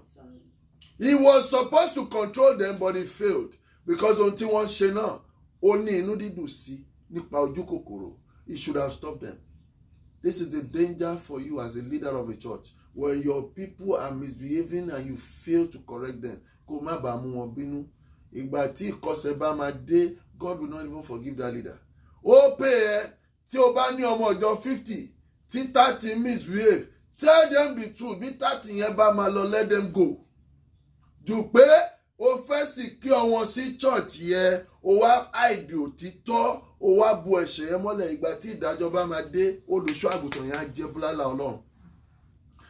If only Saul has stood his ground to control the people, bóyá ohun tó ṣẹlẹ̀ yẹn kò bá má ṣẹlẹ̀, but he was in support. Ó ní ṣùgbọ́n àwọn ènìyàn náà ti mú nínú ìkógun àgùntàn àti màálù pàtàkì nǹkan wọ́n ní tí a bá parun, wọ́n ti mú wá láti fi rúbọ sí Olúwa Ọlọ́run rẹ ní Gilgali. Yes. Somebody sì wí fún. Yes. Olúwa ní inú dídùn. Ìjọ Olúwa náà ní inú dídùn sí ọrẹ sísun àti ẹbọ bí ẹni pé kí a gbà òun gbọ́. That was a great question. Kíyèsí. Ìgbọràn sàn ju ẹbọ lọ. Ìfetísílẹ̀ sàn ju ọ̀rá àgbò lọ. Nítorí pé ìṣọ̀tẹ̀ dàbí ẹ̀ṣẹ̀ àjẹ́. Ìṣọ̀tẹ̀ dàbí ẹ̀ṣẹ̀ àjẹ́. Now, Saul was accused of witchcraft. Ẹni bá kọ̀ wọ́n ẹ̀mí yóò jìyà. Sọ́ọ̀lù kọ̀ wọ́n ẹ̀mí yóò jìyà. Ó ní nítorí pé ìṣọ̀tẹ̀ dàbí ẹ̀ṣẹ̀ àjẹ́. In some Bible wọ́n ní ó dàbí ẹ̀ṣẹ̀ àfọ̀ṣẹ. But àwọn Yorùbá kan creep, wọ́n ní ìṣọ̀tẹ̀ ó dàbí ẹ̀ṣẹ̀ àjẹ́ àti agídí, because Sọ́ọ̀lù rí i pé ó tún ṣagídí nínú unrighteousness. Ṣọ́ra agídí tí wọ́n kó borí bíi fáànù ìbò yìí. Nínú àìṣòdodo ó tún lo agídí pẹ̀lú Ọlọ́run. Continue. Àwọn kan ti ṣe kọjá, wọ́n bára wọn níbi tí ọkàn wọn kò fẹ́. Mo gbàdúrà fún ọ, agídí rẹ ò ní kó bá ọ. Ohun tó ní tó bù ọ lójú tó rò pé ó ti di atóbi jù tó fẹ́ fi kọsẹ̀ yẹn, mo gbàdúrà kò ní mú ọ ṣìṣe níwájú Ọlọ́run. Má ru ara rẹ ju bó ṣe yẹ ní rírò lọ. Olúwa ní kí n bá ọ sọ̀rọ̀. Ìgbẹ̀yìn lójú o, ẹ̀san ń bọ̀. Ẹ̀san ń bọ̀, ẹ̀san ń bọ̀, ẹ̀san ń bọ̀, ẹ̀san ń bọ̀, ẹ̀san ń bọ̀. Ọmọráyé, ẹ múra o, ẹ múra o, ẹ múra o. Ó fẹ́rẹ̀ dé o, ó ti dé tán, ẹ̀san ń bọ̀ o. Ẹ̀san ń bọ̀. Àkọ́rí ọ̀rọ̀ yẹn sọ pé ìgbẹ̀yìn lójú. Agídí dàbí ìwà búburú àti ìbọ̀rìṣà. So tó bá sọ pé abọ̀rìṣà dà, ò náwó bọ̀ tó lágídí. Abọ̀rìṣà ni ẹ́, torí Bíbélì ti analyse pé agídí gẹ́gẹ́ bí ìwà búburú àti ìbọ̀rìṣà. So ẹni tó bá ti ń lo agídí jù, abọ̀rìṣà ni Bíbélì pè. Oníwà búburú ènìyàn ni Bíbélì pè. Ó dẹ̀ já ìṣòdodo àti ẹ̀ṣẹ̀ níwájú Ọlọ́run. Nítorí pé ìwọ kọ ọ̀rọ̀ Ọlọ́run sílẹ̀, Olúwa kọ̀ ọ́ ní ọba. That was the beginning of the downfall of Saul. Ó ṣe kí ni sà? Ó kọ ọ̀rọ̀ Ọlọ́run sílẹ̀, Ọlọ́run dẹ̀ kọ̀ ọ́ ní ọba. Yes. Sọ́ọ̀lù sì wí fún Samuel pé èmi ti ṣẹ̀. Ó ti kọjá medicine after death. Now let me tell you something. Àkíyèsára tí àwọn ènìyàn ò ní rèé. Be conscious of every moment and time you are using on earth. Tó bá fi ìṣẹ́jú kan kọsẹ̀ ní ibi gíga tó ṣẹ̀ṣẹ̀ wá ń ṣe sorry sir, sorry ma, ó ṣeé ṣe kó ti kọjá kọ́lọ́run ti decree ìdájọ́ síwájú already. Ò bá bẹ́tà kó má wọlé kọsẹ̀ rárá níwájú ẹni tó jù ẹ lọ. Ò bá bẹ́tà kó má kọsẹ̀ rárá lára Ọlọ́run débi pé o ṣẹ̀ṣẹ̀ fẹ́ lọ máa kúnlẹ̀ máa bẹ̀bẹ̀ bí ọ̀rọ̀ bá ti jáde bí àṣẹ bá ti tẹ̀lé bówó ẹ kó fi gbogbo ilé ayé yìí bẹ̀bẹ̀ ẹlẹ́ṣẹ̀ ò ní lọ láì jẹ ìyà. Ògbọ́n tó ṣẹlẹ̀ ní now ní verse 24 ẹwà tìgbà tí Sọ́ọ̀lù ti ń bá Samuel argue wá láti verse 1 ó ti ń bá argue ìgbà tó rárí pé tempo kìíní ìdá ẹ̀kọ́ ti high jù ó ṣẹ̀ṣẹ̀ wá ronúpìwàdà ó ní Sọ́ọ̀lù sì wí fún Samuel pé èmi ti ṣẹ̀ nítorí tí èmi ti fi òfin Olúwa kọjá èmi ti rí òfin Olúwa kọjá àti ọ̀rọ̀ rẹ̀ nítorí èmi bẹ̀rù àwọn ènìyàn mo bẹ̀rù àwọn ènìyàn èmi sì gba ohun mo ti ṣé òun ló yẹ kó gba àwọn ènìyàn gbọ́ àbí àwọn ènìyàn ló yẹ kó gba àwọn ẹ̀ gbọ́? When you are a leader, be careful. ọmọ ìjọ ẹ lè pé 1000 kí gbogbo sọ pé dádì báyìí ni àṣefẹ́ kó rí ẹ̀sà ní sùúrù kó lọ gbọ́ ohun tí ọ̀run fẹ́ sọ. Bí o bá lọ gbọ́ ohun tí ọ̀run fẹ́ sọ gbogbo 1000 yẹn lójú ayé ó ṣeéṣe kí wọ́n correct, ó ṣeéṣe kí gbogbo wọn jẹ́ ọ̀mọ̀wé wọ́n lè correct ọ̀rọ̀ wọn lè bá ìgbà mu ó lè bá trend tó ń trend ní ayé mu ṣùgbọ́n kí ni Ọlọ́run fẹ́ sọ ìyẹn ló yẹ kó lọ gbọ́. Bí Ọlọ́run bá sọ pé ohun tí àwọn 1000 yẹn sọ èmi kọ́ ni mo sọ tẹ̀lé ohun tí Ọlọ́run máa sọ. Bí èèyàn 1000 yẹn bá fẹ́ fi ìjọlẹ̀ let them go ó pè ẹ́ kó déjọba ọ̀run ìwọ nìkan jùgbà tí ó kó èèyàn 1000 tẹ́jọ wọnú iná lẹ́ẹ̀kan náà. Jẹ́ kí ẹ̀mí ẹ kó ṣọ̀wọ́n lójú ẹ̀. Ọgbọ́n ayé yìí wèrè ní ọ̀dọ̀ Ọlọ́run. Àwọn ènìyàn àwọn ọmọ ìjọ sọ pé it will ruin you as a shepherd if you are not careful, because ẹni tó pè é ló yẹ kó dojúkọ, ẹni tó rán ẹni iṣẹ́ ló yẹ kó dojúkọ. The moment your Moses choose to listen to instruction from the Israelites, you will fail. Àwọn ọmọ Israẹli yẹn náà ló padà kọ Mósè lẹ́sẹ̀ kò dé ilẹ̀ lérí kò ṣe àṣepé iṣẹ́ because he was still trying to please them. Ọlọ́run nìkan ò ní kó gbójú sí. Ògo ayé ti sá lójú mi hàn kí lọ́kùn mi kú o. Èdùmàrè ni mo dójú mi kọ. Èdùmàrè ni mo dójú mi kọ. Èdùmàrè ni mo dójú mi kọ. Ògo ayé ti sá lójú mi hàn kí lọ́kùn mi kú. Èdùmàrè ni mo dojú mi kọ. Ó bá dojú kọ Ọlọ́run Olódùmarè gbọ́ àṣìṣe ńlá èyí tí Sọ́ọ̀lù ṣe. Ó ní mo ti ṣẹ̀ mo rí òfin Olúwa kọjá mo bẹ̀rù àwọn ènìyàn mo sì gba ohùn wọn gbọ́. Verse 25 ó ní ṣùgbọ́n nísinsìnyí èmi bẹ̀ ọ́ dárí ẹ̀ṣẹ̀ ó ti kọjá ẹ pa òbóró mọ́. Ẹ̀ṣẹ̀ ẹ má bínú mo mọ̀ pé mo ṣẹ̀ ó ti kọjá sà ẹ̀gún ti jáde àṣẹ ti gùn. You better be careful. Be very very guided and be cautious. Má ṣe àṣìṣe ní ibi tó ga kó ṣẹ̀ṣẹ̀ wá máa kúnlẹ̀ ṣẹ̀ṣẹ̀ wá ń dọ̀bálẹ̀. Àánú ẹ ṣe mí. Ronú dáadáa àpẹẹrẹ ńlá méjì ló gbọ́ yìí, ìkan ní ọ̀run ìkan ní ayé. Sátánì ti lógorí ó jábọ́. Sọ́ọ̀lù náà ó ní ògorí ó jábọ́. Ó yẹ kó kọ̀wé lára igi ọ̀pọ̀tọ́. At the end of the day ó ní èmi bẹ̀ ọ́ dárí ẹ̀ṣẹ̀ mi jì mí kí o sì yí padà pẹ̀lú mi kémi. Samuel sì wí fún Sọ́ọ̀lù pé èmi kì yóò tún yí padà pẹ̀lú rẹ mọ́. Bẹ́ẹ̀ni. Nítorí tí ìwọ ti kọ ọ̀rọ̀ Olúwa. Bẹ́ẹ̀ni. Olúwa sì ti kọ ìwọ láti máa jẹ ọba lórí Ísírẹ́lì. Ó bá parí kàwé. Bí Samuel sì ti yí padà láti lọ.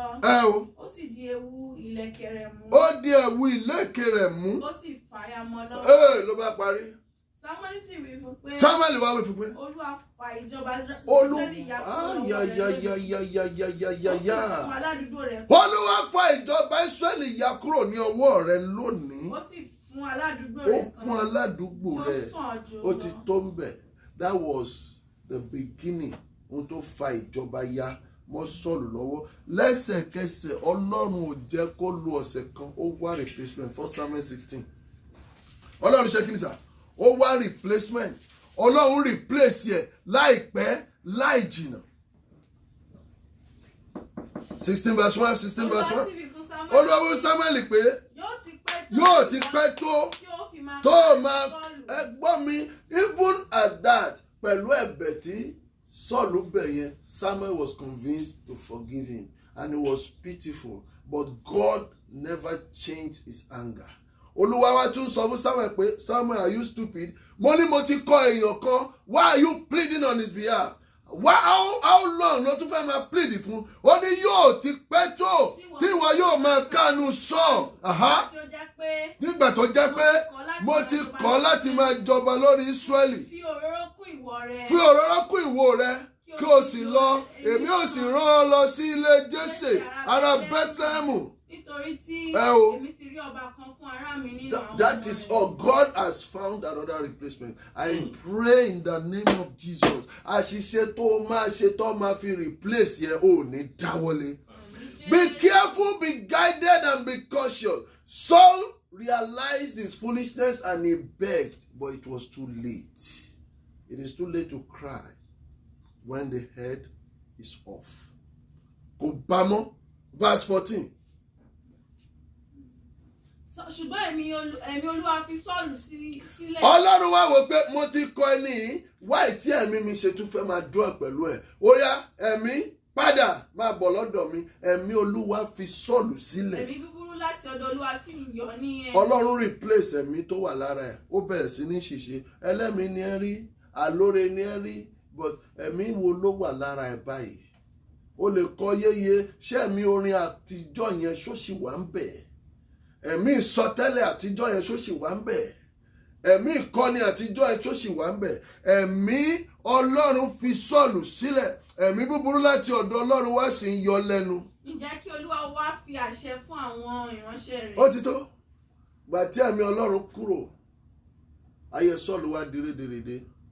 Ó wá burú fún títí ní chapter 28. Ogun wá wọ ìlú. Sọ́ọ̀lù ò rí nǹkan ṣe sí ogun èyí tí ó wọ ìlú. Nínú ogun tó wọ ìlú yìí, Sọ́ọ̀lù kó àwọn ènìyàn jọ, ó wá fẹ́ gbàdúrà, Ọlọ́run ò bá sọ̀rọ̀. Sọ́ọ̀lù gbàdúrà kò rí ìran. Sọ́ọ̀lù sùn kò láàlá. Ó kó àwọn wòlíì jọ, Ọlọ́run ti ojú ìran wọn pa, wọn ò rí nǹkan kan. Chapter 28 verse 3 kí ló kà? Sámúẹ́lì sì ti kú, gbogbo Ísírẹ́lì sì ń sọkún. Unfortunately, wòlíì kan ṣoṣo tó tún wà tí ìbá tún sọ ìran, ó ṣe kí ni sà? Ó ti kú. Yes. Gbogbo Ísírẹ́lì sì ń sọkún rẹ̀. Wọ́n sọkún. Wọ́n sì sí ní Rámà ní ìlú rẹ̀. Sọ́ọ̀lù sì mú àwọn abókùsọ̀rọ̀ ọkùnrin. Àti àwọn ọ̀ṣọ́ kúrò ní ilẹ̀ náà. Ó ti lé wọn. Sọ́ọ̀lù ó ti lé àwọn abókùsọ̀rọ̀ ọkùnrin àti obìnrin, ó ti lé wọn kúrò nílùú. Àti oṣó àti àjẹ́, ó ti lé wọn kúrò nílùú nígbà tí ẹ̀mí Ọlọ́run ṣì ń fọhùn. But now, nígbà tí àwọn Fílístínì wá kó ara wọn jọ, wọ́n sì dó sí Súnémù. Sọ́ọ̀lù sì kó gbogbo Ísírẹ́lì jọ, wọ́n sì tẹ̀dó sí Gilboa. Nígbà tí Sọ́ọ̀lù rí ogun àwọn Fílístínì, òun sì bẹ̀rù, àyà rẹ̀ sì wárìrì gidigidi. Nígbà tí Sọ́ọ̀lù sì béèrè lọ́dọ̀ Olúwa, yes, Olúwa kò dá lóhùn nípa. Lórúkọ Jésù, Olúwa ò ní kọ̀ ọ́ sílẹ̀. Àmín Jésù. Olúwa kò dá lóhùn nípa àlá. Àbí nípa Húrímù. Àbí nípa àwọn wòlíì. Ọ̀nà mẹ́tẹ̀ẹ̀ta ni fèrèsé àti ilẹ̀kùn ti tì mọ́ Sọ́ọ̀lù. Kò láàlá, kò ríran, wòlíì ò lè sọ̀rọ̀ fún, Húrímù dípa. Yes. Sọ́ọ̀lù sì wí fún àwọn ìránṣẹ́ rẹ̀ pé. Ó wí fún àwọn ìránṣẹ́ rẹ̀ pé. Ẹ bá mi wá ọmọbìnrin kan tí ó ní ẹ̀mí abókù sọ̀rọ̀. Èmi ò tọ́ lọ. Èmi ò béèrè lọ́dọ̀ rẹ̀. Obìnrin kan bẹ ní Ẹ́ńdórì. Sọ́ọ̀lù wá change, ó paradà, ó disguise. Ó sì mú aṣọ mìíràn wọ̀. Ó mú aṣọ mìíràn wọ̀. Ó sì lọ. Àwọn ọmọkùnrin méjì sí pẹ̀lú rẹ̀. Wọ́n sì wá sí ọ̀dọ̀ obìnrin náà ní òru. Má fagùn. Sọ́ọ̀lù disguise. Obìnrin náà sì ó lọ bá abókù sọ̀rọ̀. Nígbà tí abókù sọ̀rọ̀ dé, obìnrin yẹn mọ Sọ́ọ̀lù. Ó dá lóhùn pé wo ìwọ ṣáà mọ ohun tí Sọ́ọ̀lù ṣe. Bí òun ti kí àwọn abókù sọ̀rọ̀ àti àwọn oṣó kúrò ní ilẹ̀ náà. Ǹjẹ́ a ṣe tí ìwọ ìdẹ́kun fún ẹ̀mí mi? Sọ́ọ̀lù wá búra ní verse 10. Sọ́ọ̀lù sì búra fún nípa Olúwa pé bí Olúwa ti ń bẹ láàyè, ìyà kan kì yóò jẹ́. Ó lọ padà darapọ̀ mọ́ àbókù sọ̀rọ̀. Ẹ gbọ́ mi dáadáa. At the end of the day, ó wá sọ fún àbókù sọ̀rọ̀, ẹ bá mi mú Samuel wá, wo ní verse 15. Samuel sì wí fún pé èéṣe tí ìwọ fi ń yọ mí lẹ́nu. Èéṣe tí ìwọ fi ń yọ mí lẹ́nu láti mú mi wá sí òkè. Sọ́ọ̀lù dáhùn pé ó sì wí fún pé ìpọ́njú ńlá bá òun. ìpọ́njú ńlá bá mi nítorí àwọn Fílístínì ń bá mi jagun. Ọlọ́run sì kọ̀ mí sílẹ̀. So he knows. Kò sì dá mi lóhùn. At some point Ọlọ́run bá kọ èèyàn máa mọ̀ ọ́n. Àbá ìgbọ́ ó ní Ọlọ́run sì ti kọ òun sílẹ̀ kò sì dá òun lóhùn. Nípa ọ̀rọ̀ àwọn wòlíì tàbí nípa àlá. Nítorí náà èmi sì ni mo ṣe pè ọ́ kí ìwọ kí ó lè fi ohun tí èmi yóò ṣe hàn mí. Samuel sì wí pé yes. Ó ti ṣe bí mí léèrè nígbà tí ó jẹ́ pé Olúwa ti kọ̀ ọ́ sílẹ̀. Olúwa ti kọ̀ ọ́ sílẹ̀. Ó sì ti di ọ̀tá rẹ̀. Olúwa sì ṣe fún ara rẹ̀ gẹ́gẹ́ bí ó ti pa ọwọ́ mi sọ. Yes. Olúwa sì ya ìjọba náà kúrò ní ọwọ́ rẹ̀. Ó sì fi fún aládùúgbò rẹ̀ àní Dáfídì. Yes. Nítorí pé ìwọ kò gbọ́ ohùn Olúwa. Bẹ́ẹ̀ni. Ìwọ kò sì ṣe ìbínú rẹ̀. Yes. Ìbínú rẹ̀ sí Amaleki. Nítorí náà ni Olúwa sì ṣe nǹkan ìṣe olónìí. Olúwa yóò sì fi Ísírẹ́lì pẹ̀lú ìwọlé àwọn Fílístínì lọ́wọ́. Ó parí. Ní ọ̀la ni ìwọ àti àwọn ọmọ rẹ ọkùnrin yóò pẹ̀lú mi. Olúwa yóò. Ó sọ fún onílọ́la níwọ àti àwọn ọmọ ẹ máa kú. Ojú ogun yẹn ló máa bá lọ. Yes. Olúwa yóò sì fi ogun Ísírẹ́lì lé àwọn Fílístínì lọ́wọ́. Lójú kan náà ni Sọ́ọ̀lù ṣubú lulẹ̀. Ó ṣubú lulẹ̀ gbọ́rọ̀ bí ó ti gùn tó, ẹ̀rù sì bá gidigidi nítorí ọ̀rọ̀ Sámúẹ́lì. Agbára kò sí fún nítorí pé kò jẹun. Ọjọ́ náà tọ̀sán tòru. Kò jẹun. He was fasting, but his fasting was in vain torí pé Ọlọ́run ti kọ̀. Yes. Obìnrin náà sì tọ̀ Sọ́ọ̀lù wá. Ó sì rí i pé ó wà nínú ìbànújẹ́ púpọ̀. Ó sì wí fún pé bẹ́ẹ̀ni. Wò ó, ìránṣẹ́bìnrin rẹ ti gbọ́ ohùn rẹ. Èmi sì ti fi ẹ̀mí mi sí ọwọ́ mi. Èmi sì ti gbọ́ ọ̀rọ̀ tí wọ́n sọ. Ó tiẹ̀ ti tó. That was his end. Jẹ́ kí n kọrin fún ọ ká lọ gbàdúrà. Olúwa Ọlọ́run alágbára. Ìgbẹ̀yìn ayé mi má jẹ́ kó dàbí ti Sọ́ọ̀lù o. Ìgbẹ̀yìn ayé mi má jẹ́ kó dàbí ti Sọ́ọ̀lù o. Ó bẹ̀rẹ̀ lọ́dọ̀ Olúwa ó parí rẹ̀ sọ́dọ̀ Sátánì. Ó bọ́ Ọlọ́run sọ̀rọ̀ tẹ́lẹ̀ ó yá ó wá dábòkù sọ̀rọ̀. Ìgbẹ̀yìn ayé mi má jẹ́ kó dàbí ti Sọ́ọ̀lù ọba. Dìde níbi tó wà, wàá gbóhùn àdúrà ìsókè. Olúwa Ọlọ́run alágbára, ó ti fún mi ní ògo tí máa lò láyé. Ó fún mi ní ọgbọ́n ìmọ̀ àti òye, ó fún mi ní ọlá àti ọlà. Olúwa má jẹ́ ìṣìlò. Ìgbẹ̀yìn ayé mi má jẹ́ ó dàbí ti Sọ́ọ̀lù. Mo fẹ́ kó pariwo orúkọ Jésù lẹ́ẹ̀mẹ́ta sọ́dí àdúrà. Orúkọ Jésù. I didn't say you should pray silently. I need you to pray. Olúwa Ọlọ́run alààyè. Everything you have equipped me with. Olúwa má jẹ́ ó padà dá mi lẹ́bi. Ìgbẹ̀yìn ayé mi má jẹ́ ó dàbí ti Sọ́ọ̀lù. Sọ̀rọ̀. Máa gbàdúrà.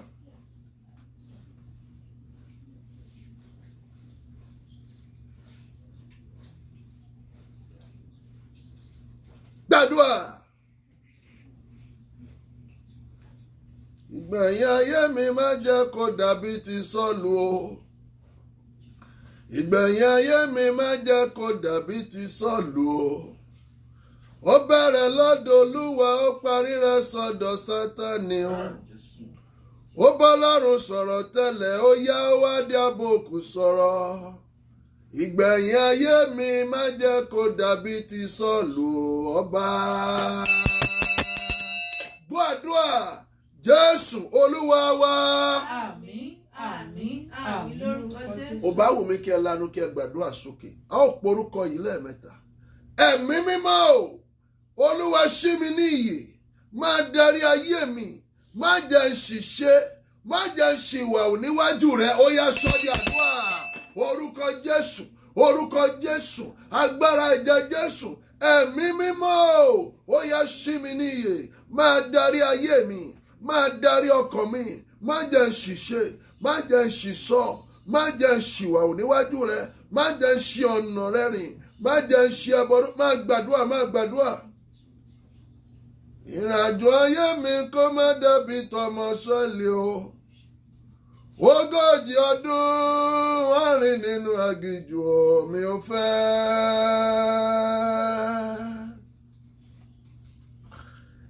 Ìrìnàjò ayé mi ò kó má dàbí ti Gẹ̀ẹ́sì o.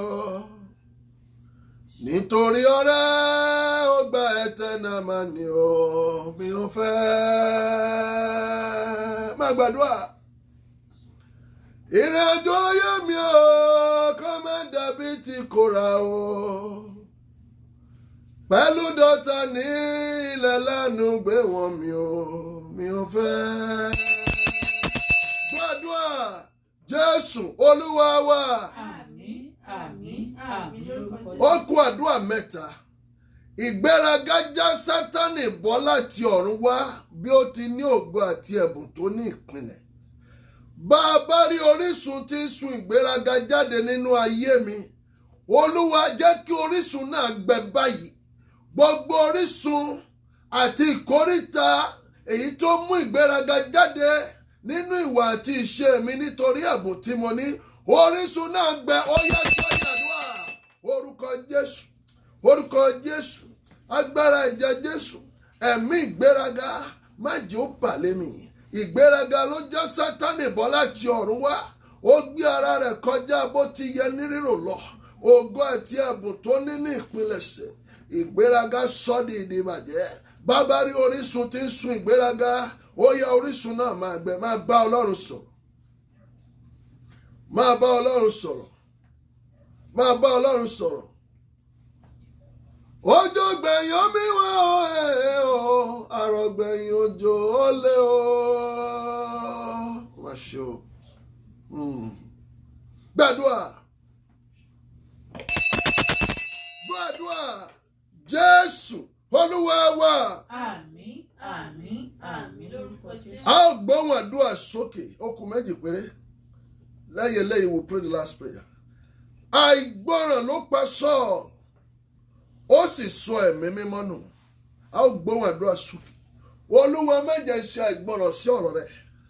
Olúwa má jẹ́ kí n ṣe àìgbọràn sí òfin rẹ̀. Nínú gbogbo ẹ̀ṣẹ̀, àìgbọràn jẹ́ ẹ̀ṣẹ̀ tó burú. Ó jẹ́ ẹ̀ṣẹ̀ tí Ọlọ́run sì kórìíra. Òun ló kó bá ayé láti ọ̀dọ̀ Ádámù àti Éfà.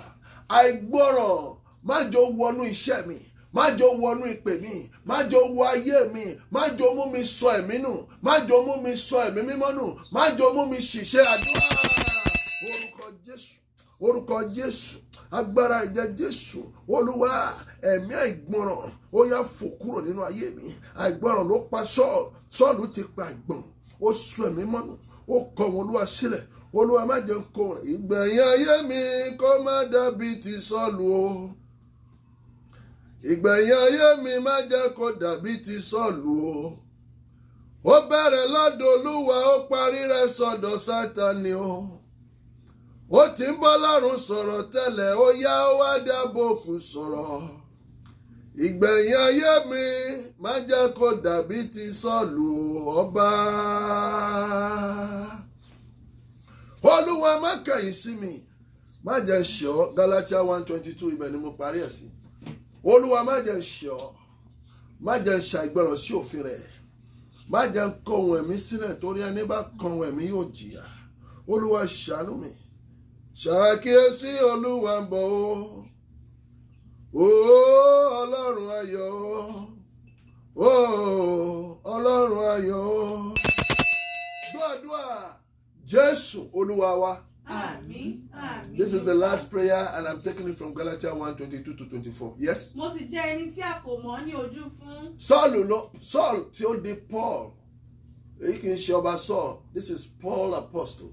Ó wá sọ, ó ní mo jẹ́ ẹni tí a kò mọ̀ lójú fún àwọn ènìyàn. Àwọn ìjọ tí ó wà nínú Kristi. Ṣùgbọ́n kìkì wọn tí wọ́n gbọ́ pé. This is Paul speaking after his repentance.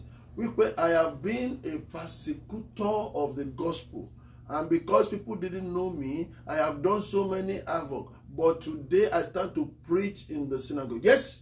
ẹni tí ó ti ń ṣe inú bíni sí. ẹni tó ti ń ṣe nínú bínú sí ìrere rí. ní ṣe ìwàásù nígbà gbogbo náà. ó wá padà ń wàásù. wọ́n ti bàjẹ́ nígbà kan rí. wọ́n sì yan Ọlọ́run lógo nítorí. ibi tí mo dúró sí nìyẹn. wọ́n sì yan Ọlọ́run lógo nítorí. I don't care what your past may look like. I don't know what evil and havoc you have perpetrated to the gospel of Christ in the past. You want to pray. Olúwa jẹ́ kí n bá ọ pàdé ní ìkẹyìn ìrìn àjò mi. Jẹ́ kí ayé yin Ọlọ́run lógo nítorí mi. Ó yá máa gbàdúrà. Ayé mi kó yin ọ́ lógo. Jẹ́ kí wọ́n yin ọ́ lógo nítorí mi. Paul sọ ó ní wọ́n sì yin Ọlọ́run lógo nítorí mi. Nítorí èmi nífẹ̀ẹ́ mi akitimeyin. Jẹ́ kí wọ́n yin Ọlọ́run lógo nítorí mi. Máa bá Ọlọ́run sọ̀rọ̀. Máa bá Ọlọ́run sọ̀rọ̀. Máa bá Ọlọ́run sọ̀rọ̀.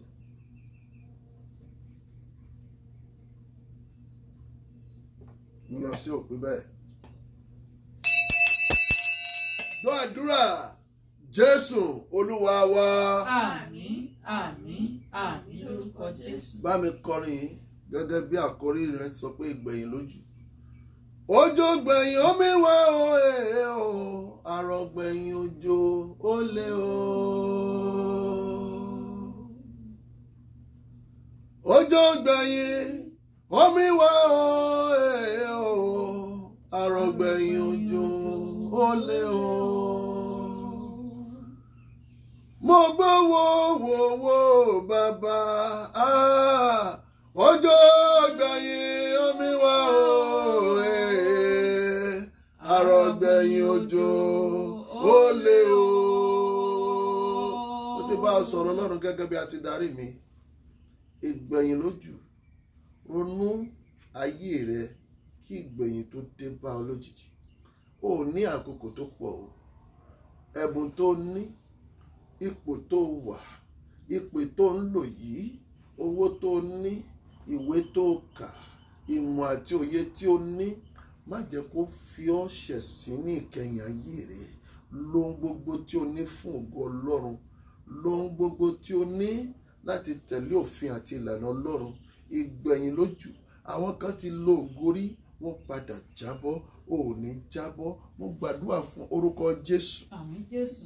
Orúkọ Jésù. Àmín Jésù. Agbára ẹ̀jẹ̀ Jésù. Àmín Jésù. Gbogbo etí tó gbọ́ ọ̀rọ̀ yìí Ọlọ́run bùkún fún wọn. Àmín Jésù. Gbogbo ẹnu tó ṣàmì ẹ bá mi dá wọn láre. Àmín Jésù. Torí pé o gbọ́ ọ̀rọ̀ yìí ẹ̀mí àyà ìgbàṣe yóò wọnú ayé rẹ. Àmín Jésù. Òótọ́ ló ti ń rin ọ̀nà Bálámù rí, o ti rìn ní ọ̀nà Béórì, o ti rìn ní ọ̀nà àwọn ènìyàn tí kò gba ọ̀rọ̀ Ọlọ́run gbọ́. Mo gbàdúrà kí ìdájọ́ tó dé wàá bá Jésù pàdé. Àmín Jésù.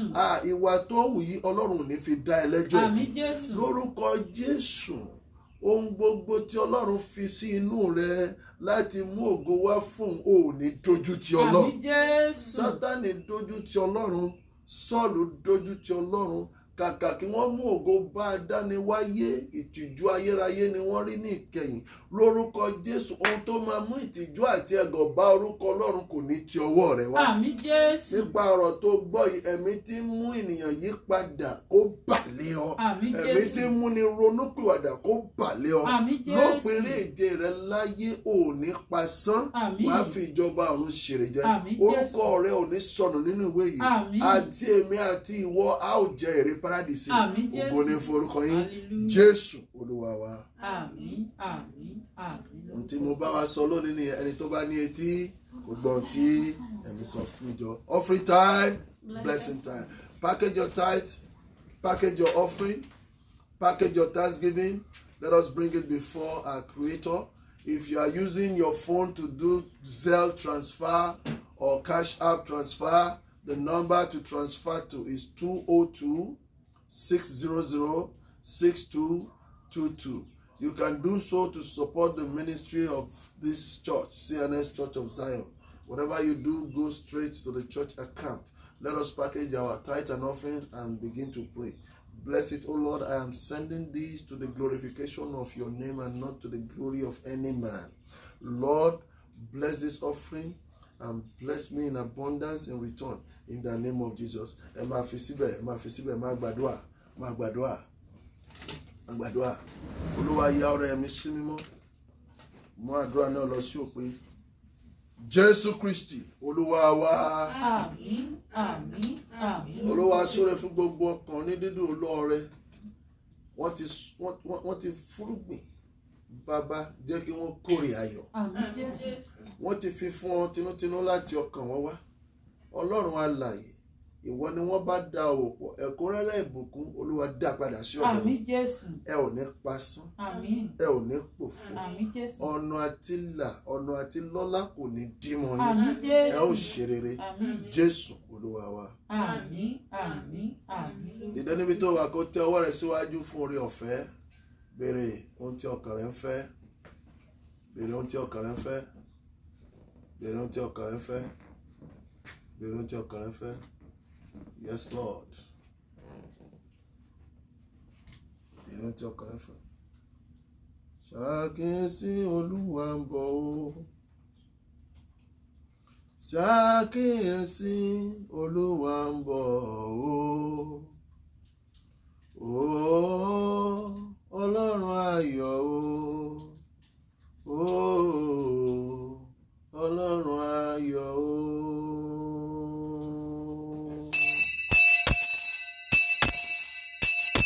Gbàdúrà Jésù Olúwa wa.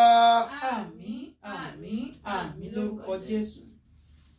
Ṣàkíyèsí Olúwa ń bọ̀ o. Ṣàkíyèsí Olúwa ń bọ̀ o.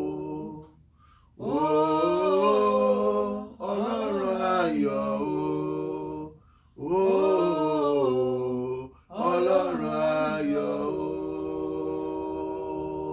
Orúkọ Jésù. Àmín Jésù. Orúkọ Jésù. Àmín Jésù. Agbára ẹ̀jẹ̀ Jésù. Àmín. Ọ̀run gbọ́ àdúrà wa. Àmín Jésù. A dúpẹ́ fún àṣeyọrí ìsìn òní. A dúpẹ́ fún ọ̀rọ̀ ìmọ̀ tí a rán jáde sí gbogbo orílẹ̀-èdè àti sí àwọn ènìyàn.